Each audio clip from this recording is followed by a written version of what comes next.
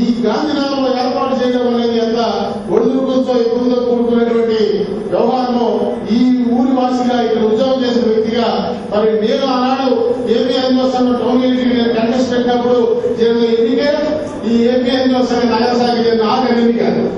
ఆ రోజు మరలా ఎన్నిక జరిగిన దాఖలాలు లేవు. అందువల్ల పూర్తి స్వతంత్రంగా పూర్తి ప్రజాస్వామ్యబద్ధంగా ఈ సంఘాన్ని నిర్వహిస్తాం. మరి తక్కువ వ్యవధిలో కేవలం 19వ తారీఖు వినాయక చవితి రోజు మధ్యాహ్నం వినాయకుడిని పూజ చేసిన తర్వాత మరి కామ్రేడ్ మెహర్ కుమార్ ని ఈ రకంగా చేయాలని విజయవాడలో ప్రారంభించారు. 26వ తారీఖున అనుకుంటా ఉన్నాము. సెక్రటరీ గా అది మంచి రోజుని మీరు ఏర్పాటు చేయాలని ఆదేశిస్తే కేవలం 6 రోజుల వ్యవధిలో ఇంత చక్కటి ఏర్పాట్లు చేసి మీ అందరినీ సమీకరించి మీతో మా భావాలు ఆలోచనలు పంచుకునే అవకాశాన్ని కల్పించిన మెహర్తో కలిసి పనిచేసిన కార్యకర్తలందరికీ కూడా నేను చేతులకు నమస్కారం చేస్తాను. ఇదే స్ఫూర్తితో రాబోయే రోజుల్లో ఈ జిల్లా నాయకత్వం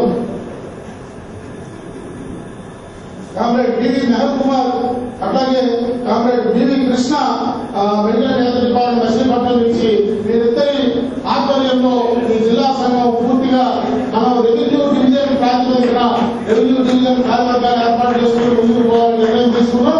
వీరిద్దరూ మరి ఈ జిల్లాలో కలిసి మీ అందరినీ కలిసి ప్రతి ఒక్క డిపార్ట్మెంట్ వారిని కలిసి మరి రాబోయే 3 నెలలు 6 నెలల్లోగా అందరితో సభ్యత్వం చేయించి పూర్తి డెమోక్రటిక్ సెటప్ లో బ్యాలెట్ పేపర్ తో ఎన్నికలు నిర్వహించి తద్వారా ఈ జిల్లా నాయకత్వం ఎన్నుకోవడం జరుగుతున్నటువంటి విషయాన్ని సందర్భంగా ప్రకటిస్తూ ఆ బాధ్యతని స్వీకరించాల్సిందిగా వారిద్దరినీ మీ అందరి ఆమోదంతో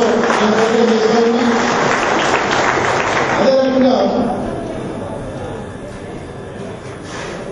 విజయవాడ రెవెన్యూ డివిజన్ కి మా కామ్రేడ్ బుచ్చిబాబు గతంలో గురువార తాలూకా అనేక కాలం సుదీర్ఘంగా పనిచేసినటువంటి అనుభవం ఎన్నికల సంఘంలో పనిచేసిన అనుభవం కలిగిన వ్యక్తి బుచ్చిబాబు ఇతర అలాగే మరి మన మేడం డిపార్ట్మెంట్ వచ్చారు గారు పివి రామారావు గారు general hospital Vijayawada medical department వారు మీరందరూ ఒక టీమ్ గా కూర్చొని ప్రతి ఒక్క ప్రభుత్వ శాఖకి వచ్చి మీతో సంప్రదించి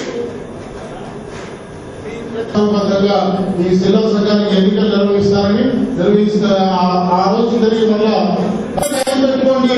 ఈ 90 రోజులు అన్ని ప్రభుత్వ శాఖల్లో మెంబర్షిప్ చేసి ప్రజాస్వామ్యంగా ఎన్నికలు చేపించి ఒక ఉద్యోగ సంఘంలో ప్రజాస్వామ్య ఎన్నికలు ఎలా నిర్వహించాలో ఆ మనిషిపోయిన సంఘానికి గుర్తు తెచ్చి కళ్ళు తెరిపించే రీతిలో మనం నిర్వహించాము. ఆ తరఫున నేను హామీ ఇస్తున్నా. ఈ 91 రోజులు తెలియనాటికి ఆంధ్రప్రదేశ్ గవర్నమెంట్ ఎంప్లాయీస్ అసోసియేషన్ కి ప్రభుత్వ గుర్తింపు ఏపీ సమానంగా సాధించి ఆ జీవో కాపీని విజయవాడలో రిలీజ్ చేస్తున్నటువంటి విషయాన్ని కూడా ఈ సందర్భంగా మీకు మనవి చేస్తూ ఇంతసేపు సుదీర్ఘంగా ఓపికగా నా ఉపన్యాసాన్ని విని సహకరించిన మీ అందరికీ కూడా ధన్యవాదాలు తెలుపుకుంటూ ఆ వార మేము ఏర్పాటు చేసిన డిన్నర్ తిని మమ్మల్ని రెస్పికేట్ చేసి ఆశీర్వదించవలసిందిగా మీ అందరినీ అభ్యర్థిస్తూ నా కంఠ శ్వాస మీలో కొంతమందిలో నా కదలికి తెచ్చినట్టయితే ఒక్కసారి గొంతుకలిపి నాతో పాటు ఒక గంటే కోరస్ చేయవలసిందిగా మీ అందరినీ అప్పీల్ చేస్తూ employees unity employees unity employees unity employees unity Andhra Pradesh government employees association Andhra Pradesh government employees association Andhra Pradesh government employees association. Thank you Congress. నన్ను 1 departments employment and training department వాళ్ళు 114 జీవో గురించి అడిగారు.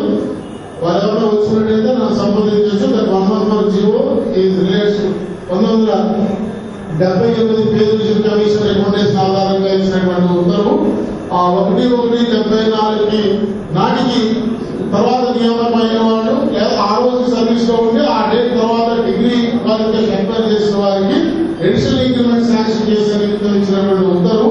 మరి ఇప్పుడు 2012లో ఆ ఉత్తర్వులు అవసరం వారికి ఎందుకు వచ్చిందో నాకు తెలియదు, కానీ వారు ఎవరైనా వచ్చినట్లయితే నన్ను సంప్రదించగలరు.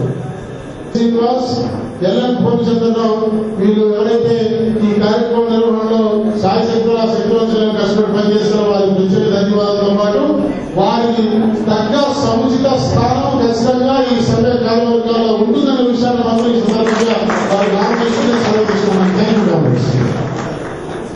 డైరెక్ట్ రిక్రూట్మెంట్ వల్ల వారికి ఏదైతే ఉన్నదో ఆ category that is first level gazetted category వాస్తవంగా రాష్ట్ర ప్రభుత్వ సర్వీసులో ఫస్ట్ గెజిటెడ్ కేటగిరీలో నియామకం కోటా లేదు, నాన్ గెజిటెడ్ కేటగిరీలో మాత్రమే నియామకం కోటా ఉన్నది. అది గ్రూప్ 2A సర్వీసెస్ కింద కవర్ కాబడుతుంది. వెంకటిస్తే ఫస్ట్ గెజిటెడ్ అది గ్రూప్ 2 కాదు, గ్రూప్ 1 కాదు. సో ఎలాంటి ఆర్టీఓ కేటగిరీలో మల్టీ జోనల్ కేటగిరీగా ఆర్గనైజ్ చేసినప్పుడు కూడా లాయల్ కార్డ్ ఆర్గనైజేషన్ లో గ్రూప్ 1 కేటగిరీలో ఇంక్లూడ్ చేశారు కాబట్టి సర్వీస్ సంస్థలో నియామకం జరుగుతుంది. ఏసీలో గ్రూప్ 2 లో ఉంది, అలాగే గ్రూప్ 2 లో ఉంది, నియామకం జరుగుతుంది. బట్ ఫస్ట్ లో చేస్తే ఇది డైరెక్ట్ రిక్రూట్మెంట్. ఈరోజు అదే చెప్తా ఉన్నాయి, సర్వీస్ వ్యవహారాల్లో యూనిఫార్మిటీ లేదు. ఈ ప్రభుత్వం యూనిఫార్మిటీ మెయింటైన్ చేయడం లేదు. ఒక్కొక్క ప్రభుత్వ శాఖలో ఒక్కొక్క రకమైనటువంటి నియామక విధానం ఉండేది. వీటన్నిటి